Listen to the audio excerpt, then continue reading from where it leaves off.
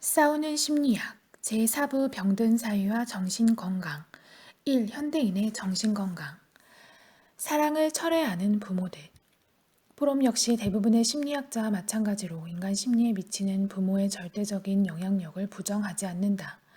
그는 자식의 삶에 미치는 어머니의 영향력을 다음과 같이 묘사하기도 했다.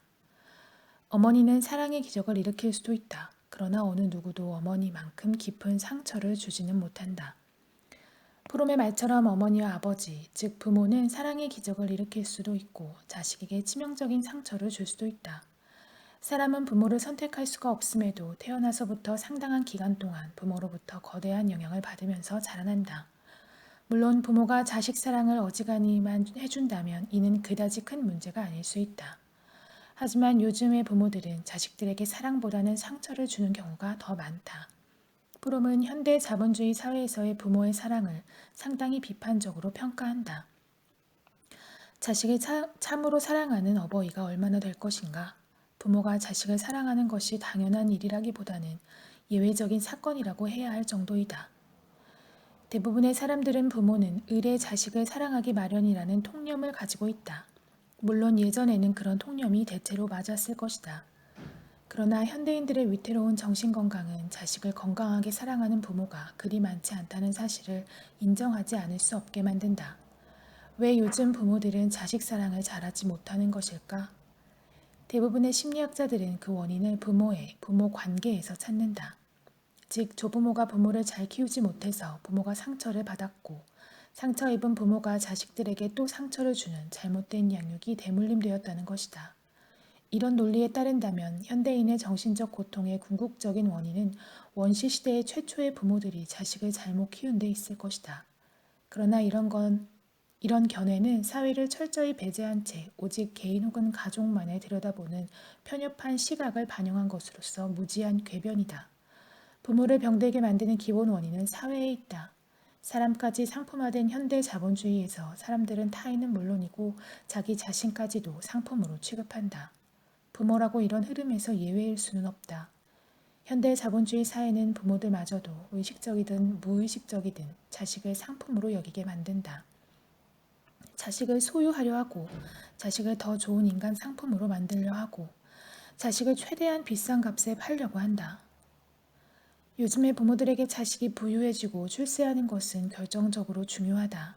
가난하거나 미천한 직업을 가진 자식이 경찰하면 돈 잘 버는 성공한 자식은 고급 외제차이므로 후자가 훨씬 더 부모를 기쁘게 해줄 수 있기 때문이다. 부모들은 자식이 경차의 수준에 머무르려 하면 사랑을 철회함으로써 깊은 상처를 주고 자식들이 고급 외제차가 되려고 아등바등 노력해야만 사랑해주는 조건부 사랑을 한다. 하지만 조건부 사랑은 본질적으로 사람에 대한 사랑이 아니라 상품에 대한 사랑일 뿐이므로 어느 경우든 자식은 상처받는다. 기본적으로는 대부분의 사람들에게 있어서 부모의 사랑이란 기껏해야 그렇게 악의적이지 않은 소유이고 훨씬 더 많은 경우는 악성의 소유인데 다시 말해 때리고 상처 주는 자신이 상처 주고 있다고 느끼지도 못하면서 상처 주고 고귀한 이유를 들어 상처를 준다. 자존감에 상처를 주고 예민하고 동시에 너무나 똑똑한 아이를 자신이 바보, 멍청이이고 아무것도 이해하지 못한다고 느끼도록 만들어 놓는다. 태양 아래 행해지는 모든 일은 아이들이 열등감을 느끼도록 만들기 위해 일어나고 있으며 아이들 속에 있는 자신에 대한 믿음, 고귀함, 자유를 억제시키기 위해 행해진다고 할 수 있다. 요즘 부모들은 자식이 고가의 인간 상품, 즉 공부 잘하는 아이가 되지 못하면 주저없이 아이를 학대하는 경향이 있다. 그러나 이것은 부모들이 원래부터 악마라서가 아니라 사람을 상품화하는 현대 자본주의 사회가 그렇게 하도록 만든 것이다. 사실 먼 옛날부터 상당수의 부모들은 자식을 학대해왔다. 대체로 어느 시대든 부모들이 아이들을 다룬 이야기들을 읽어보면 또한 오늘날의 인간의 역사를 보면 대부분의 부모들의 주요한 관심이 아이들을 통제하는 것이라는 것을 알게 될 것이다. 나는 부모들의 사랑이라는 것을 일종의 가학적인 것으로 간주한다. 최선을 다하여라. 그리고 나는 나의 통제를 거역하지 않는 만큼만 너를 사랑한다. 이것은 가부장적 사회에서의 아버지의 혹은 아내에 대한 남편의 사랑이다. 로마 시대 이후로 아이들은 부모의 소유물이었고 지금도 마찬가지이다. 프롬의 이 같은 견해는 다소 비관적이라고도 할 수 있다. 그러나 로마 시대 이후의 부모들이 자식을 학대, 사람을 통제하고 소유하려 하는 것은 곧 학대이다 한 것은 어느 시대에나 약자를 학대함으로써 자신의 무력감을 보상하려 했던 저열한 사람들이 존재했음을 증명한다. 권위주의적인 성격을 지닌 사람은 어느 시대를 막론하고 늘 있어 왔기에 정도의 차이가 있을 뿐 인류의 자식 학대는 지속되어 왔던 것이다. 민중적 연대와 단결을 통해 권력에 대항해서 싸웠던 경험이 있고 부분적이나마 승리했던 경험이 있는 부모들은 상대적으로 무력감이 덜하다. 이런 부모들은 사회적 무능력을 보상하기 위해 가족들을 학대할 필요를 느끼지 않는다. 반면에 사회생활을 하면서 권력과 불의에 끊임없이 굴종해야 했던 부모들, 더욱이 사회적 연대의 경험이 없어서 굴욕감을 홀로 감당해야 했던 부모들은 무력감이 심하다. 가족을 학대하는 폭군이나 독재자, 부모는 대부분 이런 부류에 속한다.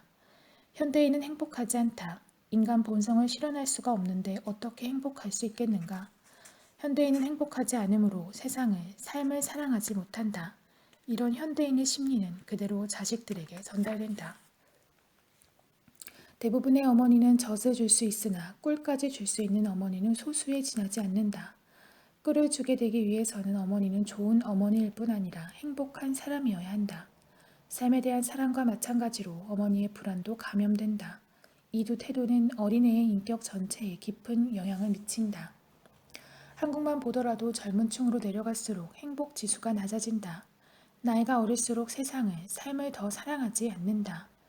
이것은 그들이 어릴 때부터 행복하지 않은 부모, 삶을 사랑하지 않는 부모들에게 양육을 받은 필연적인 결과이다. 따라서 한국의 부모들이 먼저 행복해지지 않는다면, 삶의 의미를 되찾아 삶을 사랑하게 되지 않는다면, 세대가 흘러갈수록 한국인의 정신건강은 더욱 빠르게 악화될 것이다. 현대인은 자기도 모르게 권위주의적, 대세추종적, 쾌락지향적, 시장지향적 성격에 따라 자식을 키우는데 그 결과는 하나로 모아진다. 바로 아동학대다. 현대인은 무의식적으로는 이미 자신이 아이를 학대하고 있음을 알고 있다. 그럼에도 그들은 끊임없는 자기 합리화, 내가 자식을 사랑해서 이러는 것이다를 하면서 죄의식을 방어하며 온갖 방법을 동원해 자식 학대를 지속하고 있다. 어린아이의 자아 발달을 가로막고 파괴시키는 방법들은 다양하다. 대놓고 위협하는 적개심과 테러에서부터 네가 뭘 원하는지 내가 다 알아. 넌 이걸 좋아하지 않잖아. 이렇게 공공연하게 금지하는 대신 익명의 권위주의가 숨겨진 미묘하고 애정어린 형태에 이르기까지 각양각색이다. 그 결과는 경미하든 강력하든 언제나 내적 공허감, 무가치한 느낌, 불안이다. 부모의 아동학대는 아이들의 마음속에 무력감, 무가치감, 사람과 세상에 대한 두려움을 뿌리 깊이 심어놓는다. 무력감으로 인해 아이는 부모에게는 순종하지만 자기보다 약한 아이는 학대한다. 무가치감이 두려워하는 아이는 타인들의 사랑과 인정에 목말라 하면서 병적인 관계에 집착하고 고립이 두려워 열심히 대세를 추종하면서 부와 성공에 전 인생을 건다. 사람과 세상에 대한 두려움으로 인해 아이는 관계를 갈망하면서도 관계를 두려워하는 자기 모순에 빠져 끊임없이 상처받고 잘못된 세상에 맞서지 못한 채 그저 안전함만을 추구하는 나약한 삶을 살아간다. 물론 사회와 부모의 학대로 화가 난 아이들도 나름 반항을 하긴 하는데 그 방식은 아주 다양하다. 자녀의 반항은 여러 가지 다른 방식으로 나타난다. 예의 범절을 무시하는 태도, 너무 먹지 않거나 너무 먹는 행위, 공격과 사디즘, 그리고 수많은 자기 파괴적인 행위 등이 그것이다. 반항은 흔히 일종의 전면적 태업, 세계에 대한 관심의 소거, 태만, 수동에서부터 가장 병적인 형태의 완만한 자기 파괴에 이르기까지로 나타난다. 아동기와 그 이후의 성장 과정에 대한 타율적인 박애는 정신적 병리, 특히 파괴성의 가장 큰 근원이다. 최근의 한국 사회에서 아이들의 가장 일반적인 반항 형태는 소극적 반항이다. 요즘 아이들 사이에서는 세상에 대한 완벽한 무관심, 완전한 의욕 상실, 나태함, 무의식적인 자기 학대와 파괴 현상이 두드러지게 나타난다. 아이들의 태업 역시 자신을 훈계하는 나이 든 어른에게 쌍욕을 하며 대드는 행위와 마찬가지로 학대자에 대한 반항의 한 형태지만 태업이 반항보다 예후가 더 나쁘다. 왜냐하면 그런 아이들은 학대자에 대한 정당한 분노조차 표현하지 못할 정도로 무감각, 무기력해져 있기 때문이다. 어쩌면 태업 형태로 부모에게 반항했던 자식은 평생 동안 부모 곁을 떠나지 않으면서 부모에게 복수하려 들지도 모른다. 혹은 지속적인 자기 학대와 파괴를 통해 부모에게 고통을 주려고 할지도 모른다. 학대자는 어떤 식으로든 응징을 받기 마련이니까. 사람이 악을 선택하게 만드는 특별한 이유. 프로이트를 비롯한 상당수의 심리학자는 사람이 악할 수밖에 없는 원인을 동물적 본능에서 찾는다. 그러나 사람이 사회적 존재라는 사실을 차치하더라도 동물적 본능은 악과 아무런 상관이 없다. 사자가 얼룩말을 잡아먹는 것을 악으로 볼 수는 없지 않은가. 선악의 문제 그리고 그것과 밀접히 관련되어 있는 양심의 문제는 오직 사회 속에서 살아가는 사회적 존재에게만 해당되는 인간적 문제이다. 동물이 아닌 인간만이 선하거나 악할 수 있다. 어떤 동물은 우리 눈에 잔인하게 보이는 방식으로 행동할 수 있지만 이 놀이는 동물의 본능을 드러낸 것에 불과하므로 악한 것이 아니다. 동물은 선하지도 악하지도 않다. 그렇다면 사람은 어느 쪽일까? 인간 사회를 들여다보고 있노라면 사람은 선하기도 하고 악하기도 하다는 결론에 도달하기가 쉽다. 현실 속에는 분명히 선한 사람도 존재하고 악한 사람도 존재하기 때문이다. 프롬도 이런 견해에 동의하고 있다. 어느 문화에서든 인간은 자신 속에 모든 가능성을 지니고 있다. 즉 인간은 원초적 인간이고 맹수이며 식인종이고 우상 숭배자인 동시에 이성과 사랑과 정의를 가진 존재인 것이다. 그러나 현실 속에 사람이 선과 악의 가능성을 모두 가지고 있다는 것이 인간 본성 속에 악이 포함되어 있음을 의미하지는 않는다. 예를 들면 대부분의 사람이 탐욕스러워질 수 있다고 해서 탐욕을 인간 본성이라고 단정할 수는 없다는 것이다. 그렇다면 어떤 욕구, 동기가 인간 본성에 기초하고 있는가? 그렇지 않은가는 어떻게 알 수 있을까? 결론부터 말하자면 그것이 정신건강에 어떤 영향을 미치는가를 통해서 확인할 수 있다. 즉 탐욕이 충족되면 충족될수록 정신건강은 오히려 악화되고 행복도 멀어져 가기 때문에 탐욕은 인간 본성이 아니라고 할 수 있는 것이다. 그렇다면 악은 어떤가? 당연히 악한 마음을 품고 악한 행동을 반복하는 사람의 정신건강은 절대로 좋을 수가 없다.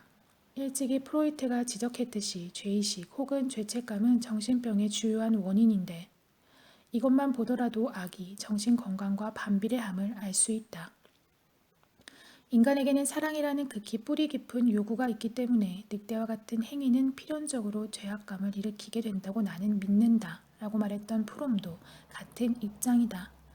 헤르만 괴링을 비롯한 나치 지도자들은 처형되기까지 최후 1년 동안 그들과 면담을 계속한 미국인 심리학자 구스타프 길버트는 다음과 같은 기록을 남기고 있다. 괴링과 같은 악마적인 인간도 길버트가 매일 자기에게 와주기를 빌면서 늘 이렇게 말했다고 한다. 보세요. 나는 다른 사람들처럼 나쁘지는 않습니다. 나는 히틀러처럼 나쁘지는 않습니다. 히틀러는 여자와 아이들을 죽였어요. 하지만 나는 죽이지 않았어요. 제발 믿어주세요. 괴링은 어차피 자기가 죽을 것임을 알고 있었다. 즉 그가 미국의 젊은 심리학자에게 무슨 말을 하든 또 어떤 인상을 주든 간에 결국 자기가 사형당하리라는 사실을 잘 알고 있었던 것이다. 그럼에도 왜 괴링은 자신이 악하지 않다는 사실을 반복적으로 말했던 것일까? 프롬은 그 이유에 대해 이렇게 설명했다. 그는 상대방에게 말하고 있었던 것이 아니다. 그는 자기의 힘이 소멸되고부터는 단지 하나의 비인간적인 존재에 지나지 않은 자기 자신을 직면해야 하는 사실에 견딜 수 없었던 것이다. 죄의식에 시달리기 마련인 악인은 권력을 잡고 있는 동안만큼은 비인간적인 자기의 모습을 어느 정도 회피할 수 있다. 주위에 널린 악인들을 보면서 맞아, 사람은 원래 악한 존재야 라며 스스로를 위로할 수 있고 주변의 아첨꾼들이 보내는 지지와 응원에 힘입어 자기 합리화의 명분을 얻을 수 있기 때문이다. 악인들은 사람은 권력을 잡으면 다 악해진다고 곧잘 떠벌리는데 이것이야말로 권력을 잡은 악인들이 가장 자주 써먹는 자기 합리화의 논리이다. 그들은 착한 사람들에게 이렇게 외친다. 당신도 권력을 한번 잡아보라. 나처럼 될 테니까. 그렇기 때문에 권력을 잡았는데도 악해지지 않는 사람의 존재는 악인들에게 거대한 위협이다.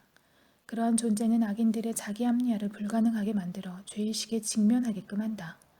고 노무현 전 대통령에 대한 극우 보수 세력의 광기 어린 적대감과 증오는 바로 이것과 관련이 있다. 그러나 악인이 권력을 잃으면 자기 합리화도 끝이다. 괴링이 괴로워했던 것, 어떻게든 자신이 약하지 않음을 입증하려 했던 것은 그가 힘을 잃었기 때문인 것이다. 나는 한국의 극우 보수 세력도 권력을 완전히 잃으면 괴링처럼 될 것이라고 확신한다. 인간 본성은 악과 아무런 관련이 없다. 사람은 태초부터 사회적 존재였고 사람은 사회 속에서 사람들과 서로 사랑하고 협력하면서 살아가야만 행복해질 수 있는 존재인 것이다. 이와 관련해 프롬은 나는 인간의 완전성을 믿는다면서 악이나 자기 상실은 사람의 1차적 능력이 아닌 2차적 능력이라고 강조했다. 사람이 자기의 본성대로 살면 선해지고 정신건강이 좋아지지만 본성대로 살지 않으면 악해지고 정신건강도 악화된다. 우리는 모든 나라, 모든 문화 안에서 사람이 혹독한 반응에 괴로움을 받지 않고 그의 전 생애를 비인간적으로 살아갈 수는 없다는 원리를 보여주는 풍부한 자료를 모을 수가 있다. 사람에게는 선을 선택하거나 악을 선택할 자유가 있고 특별한 이유가 없는 한 사람은 선을 선택한다. 그렇다면 악을 선택하게 만드는 특별한 이유란 무엇일까? 먼저 병든 사회에 압력이 있다. 광주 민주화 운동을 진압하기 위해 동원된 군인들이 모두 악마인가? 아니다. 그들은 신군부 독재의 정권의 힘에 굴복했을 뿐이다. 쿠데타로 집권한 정권을 우러러보며 만세를 부르는 이들은 모두 악마인가? 아니다. 그들은 권력에 빌붙어야만 생존할 수 있다고 믿을 정도로 무력하거나 권력의 힘을 극도로 두려워한 일개인일 뿐이다. 넘지 말아야 할 선은 분명히 있지만 사회적 압력 때문에 어쩔 수 없이 불의에 눈 감거나 불의와 타협하는 사람을 악하다고 말할 수는 없다. 그는 병든 사회의 압력이 사라지면 다시 선을 선택할 것이기 때문이다. 정신병 또한 악을 선택하게 만드는 특별한 이유가 된다. 나르시시스트가 되면 그는 선을 선택하기가 거의 불가능해진다. 철저한 이기주의자가 타인을 이용하고 착취하는 일을 그만두는 것은 불가능하기 때문이다. 정신병으로 진단받지는 않더라도 전체적인 심리가 병적으로 굳어질 경우에도 사람은 선을 선택하지 못한다. 그것은 그에게는 능력밖의 일이다. 선택의 자유는 오히려 그 사람의 인격 구조의 기능이다. 인격 구조가 선에 따라 행동할 능력을 잃었기 때문에 선을 선택할 자유를 갖지 못하는 사람이 있는가 하면 바로 그들의 인격 구조가 악에 대한 갈망을 상실했기 때문에 악을 선택할 능력을 잃어버린 사람도 있다.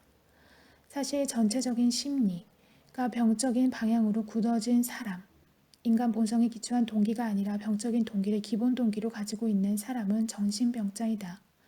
그는 악과 연결된 병적인 동기와 감정의 지배를 받는 노예라서 그에게는 거의 선택의 자유가 없다. 결론적으로 정신병이 모두 악인 것은 아니지만 악은 모두 정신병이라는 것이다. 지금까지의 논의를 요약해보면 다음과 같다. 사람은 본성적으로 선하다. 현대인이 권위주의적, 대세추종적, 쾌락지향적, 시장지향적 성격을 갖고 있음에도 아직까지도 그들 중 다수가 악마가 되지 않은 것은 악을 행하는 것에 대한 인간 본성이 고통으로 응답하기 때문이다. 특별한 이유가 없는 한 사람은 선을 택한다. 그러나 만일 사람이 악성 정신병자가 되면 더 이상 선을 선택할 수가 없게 된다. 따라서 진정한 악이란 곧 정신병이다. 정신건강을 보통 이상으로 유지하고 있는 사람은 진정한 악인이 아니므로 그가 특별한 이유와 맞서 싸울 용기만 낸다면 언제라도 선을 선택할 수 있다. 불이익과 위험을 감수하고 양심 선언을 하는 사람들이 바로 그런 용기를 낸 사람들이다. 그리고 정신병과 결합된 악인이야말로 진정한 악인이다. 그러므로 다수의 선한 사람들이 권력을 준 악인들의 감언이설과 사기 행각에 더 이상 속거나 농락당하지 않기 위해서는 인간의 본성에 대한 깊은 이해가 필요하다. 정상인 사람들이 그들의 병적인 영향에 대해 어느 정도 면역을 얻기 위해서는 그들이 병자라는 사실 그리고 그들의 경건한 합리화의 배후에는 악에 있는 충동이 숨겨져 있다는 사실을 이해하는 것만으로 충분하다. 이렇게 되기 위해서는 꼭 배워야 할 게 하나 있다. 곧 말을 고지곳대로 현실로 받아들이지 말고 인간만이 걸릴 수 있는 병, 다시 말해 삶이 사라지기도 전에 삶을 부정하는 병에 걸린 사람들의 기만적인 합리화를 간파할 줄 알아야 한다. 인류 역사가 전진하는가 아니면 퇴보하는가는 권력을 쥔 진정한 악인들, 악한 정신병자들의 거짓말에 민중이 속느냐, 속지 않느냐에 의해서도 크게 좌우된다.